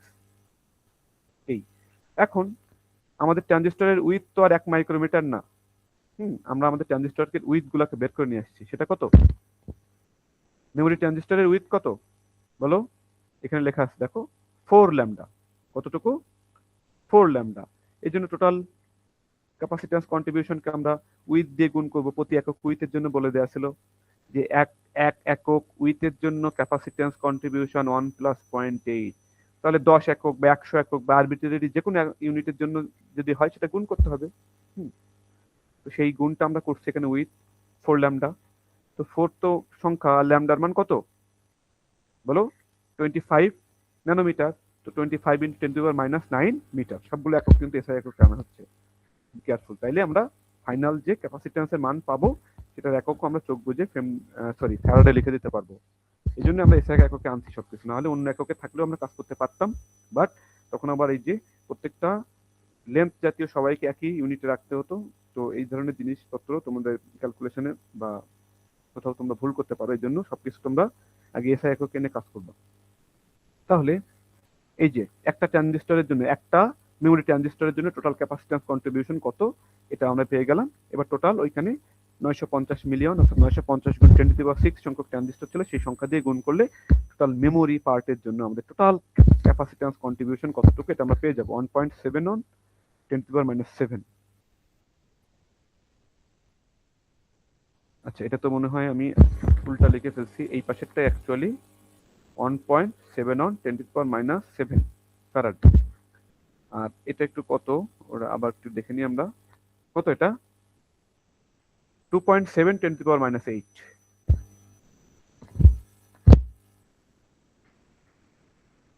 2.7 10 to the power minus 8 farad. এই যে তাহলে আমাদের কি কাজ শেষ না? এবার কাজ কি? Total switching power is equal two, তাহলে মেমোরি পার্টের জন্য ওই ইকুয়েশনটা আলাদাভাবে লেখা আর লজিক পার্টের জন্য আলাদাভাবে লিখে জাস্ট যোগ করে দেয়া, যেটা আমরা এই যে দুই পাশে এখানে তোমাদেরকে বোঝার সুবিধার্থে আমরা সাইড বাই সাইড করছি। তাহলে বলো তো, আমরা এখানে মানগুলো বসিয়েও দেখিয়ে দিই তোমাদেরকে। আলফার মান কত? 0.1, দ্রুত বলো দেখি। সি এর মান কত? টোটাল ইফেক্টিভ ক্যাপাসিট্যান্স মেমোরি ব্লকের জন্য কত? এই যেটা যেটা বের করে নিয়ে আসছি 10 to the power minus 8। Alpha C. VDD এর মান কত? 1 ভোল্ট, তাহলে 1 এর square into F. Clock frequency কত ছিল বলো? এগুলো কিন্তু যে কোনো কিছু চেঞ্জ করে দিতে পারি, মুখস্থ করবো না কিন্তু কিছু। 1 গিগাহার্টজ। গিগা মানে কত? 10 টু দি পাওয়ার কত? 1 ইন্টু 10 টু দি পাওয়ার কত? গিগা মানে 9। এই এত ওয়াট, এটা হচ্ছে switching power for the logic part. অনুরূপ ভাবে তাহলে এই পাশে এখন কত? 0.02 আলফা এর মান লেখা আছে কিন্তু, এই যে আলফা এর মান 0.02। আচ্ছা, এরপরে ক্যাপাসিট্যান্সের মান ইফেক্টিভ আমরা বের করে নিয়েছি 1.71 10⁻⁷ ফ্যারাড গুণিতক আলফা সি হলো ভিডিডি স্কোয়ার অনের স্কোয়ার, যা দিব সেটা নিয়ে কাজ করবা। F 1 gigahertz 1 × 10⁹। তো এই তো জাস্ট আমাদের এখানে সলিউশনে কি করা হয়েছে, টোটাল সুইচিং পাওয়ার লিখে ওরা এই দুইটাকে যোগ আকারে লিখে দিয়েছে একবারেই। তোমরা আলাদা আলাদা ভাবে জোর বের করে যোগ করতে পারো, যারা বোঝো প্র্যাকটিস করলে দেখবে যে এরকম শর্টকাটে তোমরা পেয়ে যাবে। তো আমরা তাহলে কত পেলাম এগুলোকে ক্যালকুলেট করে 6.12 ওয়াট 6.12 ওয়াট সুইচিং পাওয়ার। তার মানে কি প্রতি সেকেন্ডে 6.1 জুল করে এনার্জি কিন্তু আমাদের ওই সিস্টেমে ডিসিপেট হচ্ছে। যে সিস্টেম অন চিপ, এই যে একটা প্রসেসর আমরা বললাম, এটা সুইচিং পাওয়ার টোটাল আমরা বের করছি 6.12 ওয়াট। এই হচ্ছে আমাদের এই ম্যাথমেটিক্সটার সলিউশন, যেটা তোমাদের স্লাইডে দেখো খুব সামান্য মাত্র 2-3 লাইনে করে দেওয়া আছে। এটা কি পারা যাবে? সবাই কি বুঝতে পারছো এটা?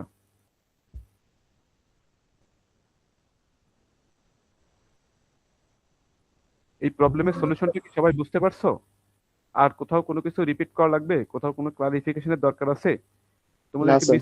চেষ্টা করলাম যে একেবারে ডিভাইসগুলো একে একেবারে রিয়েল ওয়ার্ল্ড ডিভাইসের ফ্লেভারটা এনে, যাতে তোমরা কল্পনা করতে পারো, যে তোমরা এগুলো মুখস্থ না করো, বুঝে বুঝে ইন্টারেস্ট পাও, এর জন্য তোমাদেরকে ভেঙে ভেঙে পড়ে দেওয়া হলো। তো এর পরে তোমরা ভিডিওটা দেখে নিও, আশা করি সমস্যা হওয়ার কথা না। তো এই ম্যাথমেটিক্স কিন্তু খুব ভালোভাবে প্র্যাকটিস করবা, ঠিক আছে? যে কোনো ভ্যারিয়েবল, যে কোনো কিছু সিনারিও কিন্তু চেঞ্জ করে দেওয়া হতে পারে, তো আমরা যেন এগুলো মুখস্থ না করি। আচ্ছা, তো স্যার আমরা স্যার একটা কথা ছিল, হ্যাঁ বলো। আগামীকালকে আমাদের ইউনিভার্সিটি অফ থাকবে। সেরকম তো কোনো কিছু, আমরা তো কিসের জন্য সবার মনে একটা কোশ্চেন, তো এই জন্য কথাটা জিজ্ঞাসা করলাম।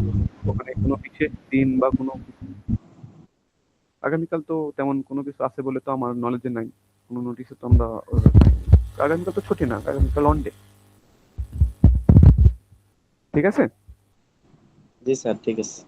আচ্ছা, তো এই ডাইনামিক পাওয়ার বা সুইচিং পাওয়ার অ্যাকচুয়ালি, তো এই সুইচিং পাওয়ারের ম্যাথমেটিক্সটা তোমরা খুব ভালোভাবে এখান থেকে প্র্যাকটিস করবে। দেখছো ওখানে এই যে 1 বিলিয়ন ট্রানজিস্টর 50 মিলিয়নের ওখানে ডাটাগুলাকে ওরা এক জায়গায় করে সামারি করে জাস্ট হচ্ছে প্রবলেমের স্টেটমেন্ট এক লাইনে বলে দিয়েছে। তোমরা বই থেকে স্টেটমেন্টটা পড়বা, কারণ এরকম স্টেটমেন্ট আকারেই কিন্তু আমাদেরকে কোশ্চেন দেওয়া থাকবে। এই যে স্টেটমেন্টটা ভালোভাবে পড়ে বোঝা শিখবা, কোথায় কিভাবে কোন প্যারামিটারটাকে আমরা এখান থেকে স্কিমিং করব, পিক আপ করবো, এই।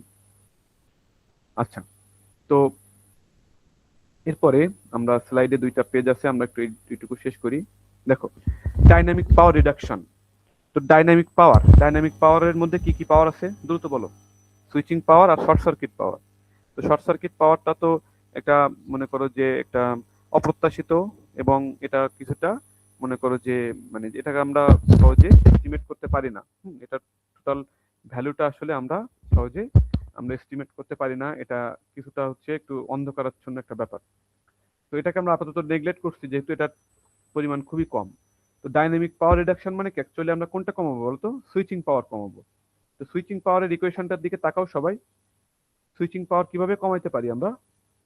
Try to minimise. Right hand সাইডে প্রত্যেকটা কিন্তু ভগ্নাংশ আকারে কেউ নাই, সবাই কিন্তু সমানুপাতিক সম্পর্ক, কারোর বর্গের সমানুপাতিক, কারোর সরাসরি সমানুপাতিক। তাহলে প্রত্যেকটা কম্পোনেন্টকে আমরা কমানো যায় কিনা দেখবো। তাহলে ডাইনামিক পাওয়ার রিডাকশনের জন্য ট্রাই টু মিনিমাইজ কি বলছে দেখো, অ্যাক্টিভিটি ফ্যাক্টরকে যতটা কমাইতে পারবো আমার সুইচিং পাওয়ার তত কমে যাবে।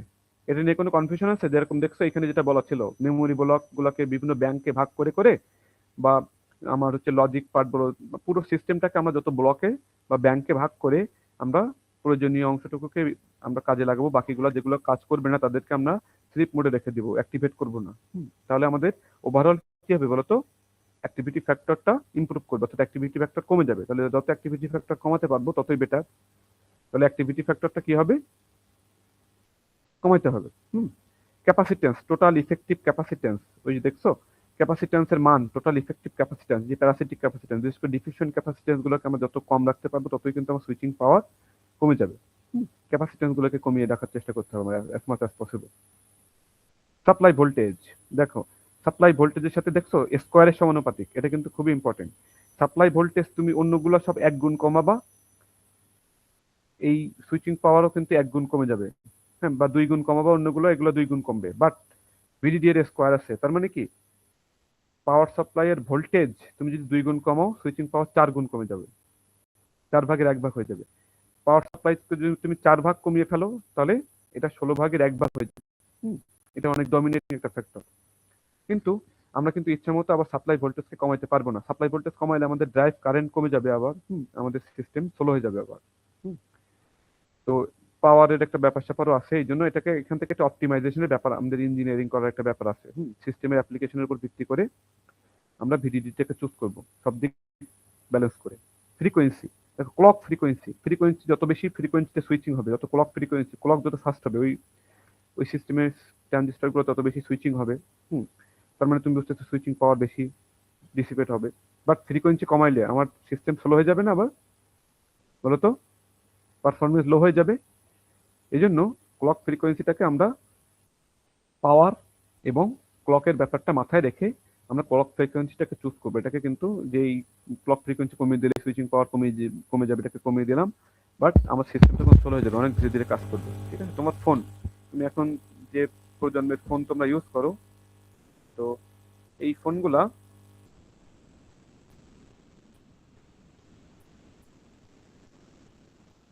যদি তোমরা যেভাবে যে এক্সপিরিয়েন্সের সাথে তোমরা অভ্যস্ত, এটা যদি স্লো হয়ে যায় তোমাদের অনেক বিরক্ত লাগবে না? তো আমরা চাই না যে আমাদের প্রসেসরগুলো স্লো কাজ করুক, ঠিক আছে? আচ্ছা, তো তাহলে ডাইনামিক পাওয়ার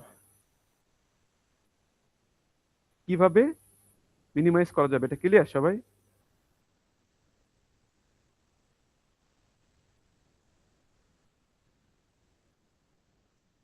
এই জি স্যার। ক্লিয়ার? আচ্ছা, জি এইখানে স্যার। না একটা পোস্ট দেখছি, আগামীকাল কি সারা দেশের ইউনিভার্সিটি অফ, এরকম কিছু কোনো নিউজ বের হয়েছে। যাই হোক, এটা রিউমার হতে পারে, তোমরা শিওর হয়ে নিও পরে, আর আমি জানতে পারলে তোমাদেরকে জানাবো। যাই হোক, এখন দেখো স্ট্যাটিক পাওয়ার কিভাবে তুমি কমাবা। স্ট্যাটিক পাওয়ার কমানো মানে কি, স্ট্যাটিক পাওয়ারের ইকুয়েশনটা একটু দেখে আসি, যে লিকেজ কারেন্ট গুলো যতটা সম্ভব কমাইতে পারি আমরা। তো দেখো কি বলছে, static power is consumed even when chip is questioned, অর্থাৎ চুপচাপ বসে আছে অলস। Leakage draws power from nominally off device. হ্যাঁ, তো যেটাকে আমরা নমিনালি অফ ডিভাইস হিসেবে কনসিডার করছি, তো সেই অফ ডিভাইস থেকেও কিন্তু লিকেজ কারেন্ট ফ্লো হতে পারে, যার কারণে লিকেজ পাওয়ার ড্র করে। তো ratioed circuit burn power in fight between on transistor. তোমাদেরকে বলছি যে রেশিওড সার্কিট গুলা অন ট্রানজিস্টর পুল আপ এবং পুল ডাউন বোথ অন থাকে, এদের মধ্যে একটা ফাইটিং হয়। তো ডাইনামিক পাওয়ার রিডাকশনটা এখানে মেইনলি নিয়ে আসা হয়েছে। আর স্ট্যাটিক পাওয়ারটা আমরা কিভাবে কমাইতে পারি, ওটা হচ্ছে আমরা ওভারঅল একটা কথাই বলে দিব, যে যত ধরনের লিকেজ আছে, জাংশন লিকেজ, গেট লিকেজ, হ্যাঁ, সাব থ্রেশহোল্ড লিকেজ এবং কন্টেনশন কারেন্টটা আমরা যতটা কমাইতে পারবো, তাহলে আমরা স্ট্যাটিক পাওয়ারটাকে আমরা রিডিউস করতে পারবো। তো এই হচ্ছে আমাদের পাওয়ার রিলেটেড পড়াশোনা। টোটাল পাওয়ার কিন্তু আমরা শেষ করে ফেলছি। তো পাওয়ার টোটাল এই পাওয়ার স্লাইড, এই যে মাত্র 14 পেজের একটা স্লাইড, এটা কিন্তু 3টা ভিডিও অ্যাভেলেবেল আছে, তোমরা এগুলা কমপ্লিট করে ফেলবা। আচ্ছা, তো এখন একটু খেয়াল করো যে আমরা কি আরো প্রসিড করবো আজকে। আমি তোমাদেরকে সার্কিট ফ্যামিলিটা আজকে পড়াতে চাচ্ছিলাম। না স্যার, আজকে আমি এটা করতেছি। আচ্ছা, ঠিক আছে, সমস্যা নেই, আমরা সার্কিট ফ্যামিলিটা তাহলে আগামীকালকের ক্লাসেই আমরা পড়বো, সমস্যা নেই, অল্প অল্প করেই পড়ি। তো তোমরা বারবার করে কিন্তু একটা কথা বলছি তোমাদেরকে, যে যেহেতু আমাদের সিলেবাস বেড়ে যাচ্ছে প্রতিদিনই অল্প অল্প করে, তো যতটুকু পড়ানো হচ্ছে যেদিনই তোমরা এতটুকু কিন্তু কমপ্লিট করে কভার করে রাখবা। হ্যাঁ, পরবর্তীতে কিন্তু সব সিলেবাস একসাথে তোমার উপরে যদি বার্ডেন হয়ে যায়, তুমি কিন্তু এগুলোকে নিয়ে তখন কোপ আপ করতে পারবে না, হ্যাঁ, তাল মিলাইতে পারবে না। আচ্ছা, তো আমি তোমাদের কাছকে ওই যে আইভি ক্যারেক্টারিস্টিক্স মনে আছে 3 নম্বর ম্যাটেরিয়ালে, শকলি মডেল, ফার্স্ট অর্ডার শকলি মডেলের কথা বলছি তোমাদেরকে। ওই ক্যারেক্টারিস্টিক, ওই যে সরি, আমাদের ওখানে যে আইভি ক্যারেক্টারিস্টিক্সটার ওই যে ডেরিভেশনটা তোমাদেরকে পড়তে হবে, এবং শুধুমাত্র ওই ডেরিভেশন ডিভাইস মডেলিং এর উপরেই তোমাদেরকে একটা কুইজ নিব বলছি। তো শনিবার দিন আমি কুইজটা নিয়ে নিতে চাচ্ছি অনলাইনে। তোমরা কি প্রিপেয়ার্ড? শনিবারে অনলাইনে কুইজ দিতে পারবা? আমি আজকে ভিডিওটা দিয়ে দিব, ম্যাটেরিয়াল তো তোমাদের কাছে আছেই। স্যার শনিবারে আমাদের একটা কুইজ আছে। শনিবারে একটা কুইজ আছে, তাহলে রবিবারে?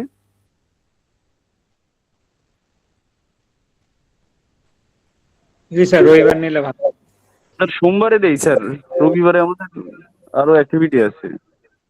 আচ্ছা এখন দেখো, আমি চাচ্ছিলাম ওই যে তোমাদের সিলেবাসটা তো ফাইনালি গুছিয়ে দিতে চাচ্ছিলাম, তো ওই যে আজকে তোমাদের ক্লাসেও বলছি দুইটা সেকশনে যে দেখো আমাদেরকে ওই যে ডিসি রেসপন্স, হ্যাঁ, এবং ট্যানজেন্ট রেসপন্সটা তোমাদেরকে আমি দেখাবো।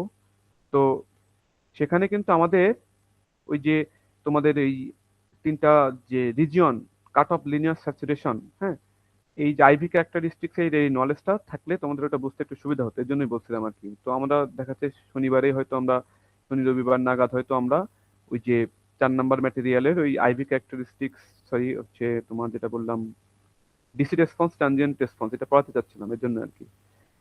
তো এটা কি সোমবারে যদি যায় তাহলে কিন্তু মিনওয়াইল তোমরা পরীক্ষাটা সোমবারে দাও, বাট ভিডিওটা তোমরা দেখে রাখবা, ঠিক আছে? নাহলে কিন্তু শনি রবিবারে ক্লাস বুঝতে একটু সমস্যা হতে পারে। আমি বুঝাতে পারছি? স্যার আমাদের আর কয়টা ক্লাস লাগবে সিলেবাস শেষ করতে? আর এভারেজে 3টা ক্লাস 4টা ক্লাস হলে হবে আসলে, ঠিক আছে? আমি অল্প অল্প করে পড়াচ্ছি তো, নাহলে সেভাবে যদি আমি একটু ফাস্ট পেসে আগাইতাম তাহলে আমাদের দেখা যাচ্ছে এতটা ক্লাস লাগতো না। কিন্তু তোমাদেরকে বলছি যে যেহেতু আমরা অল্প অল্প করে পড়ছি, তাহলে শুধু দেখো আজকে মাত্র একটা মাত্র ম্যাথমেটিক্স পড়ছি আমরা। গতকালকে পাওয়ার, এত ছোট্ট একটা পাওয়ারের স্লাইড, এটা আমরা এক ক্লাসে পড়ে ফেলতে পারি, হ্যাঁ, চাইলে, বাট সেটা আমরা 3টে ক্লাসে ভাগ করে পড়ছি। এই জন্যই ক্লাসের সংখ্যা একটু বেশি হবে, নাথিং এলস। যাই হোক, আচ্ছা।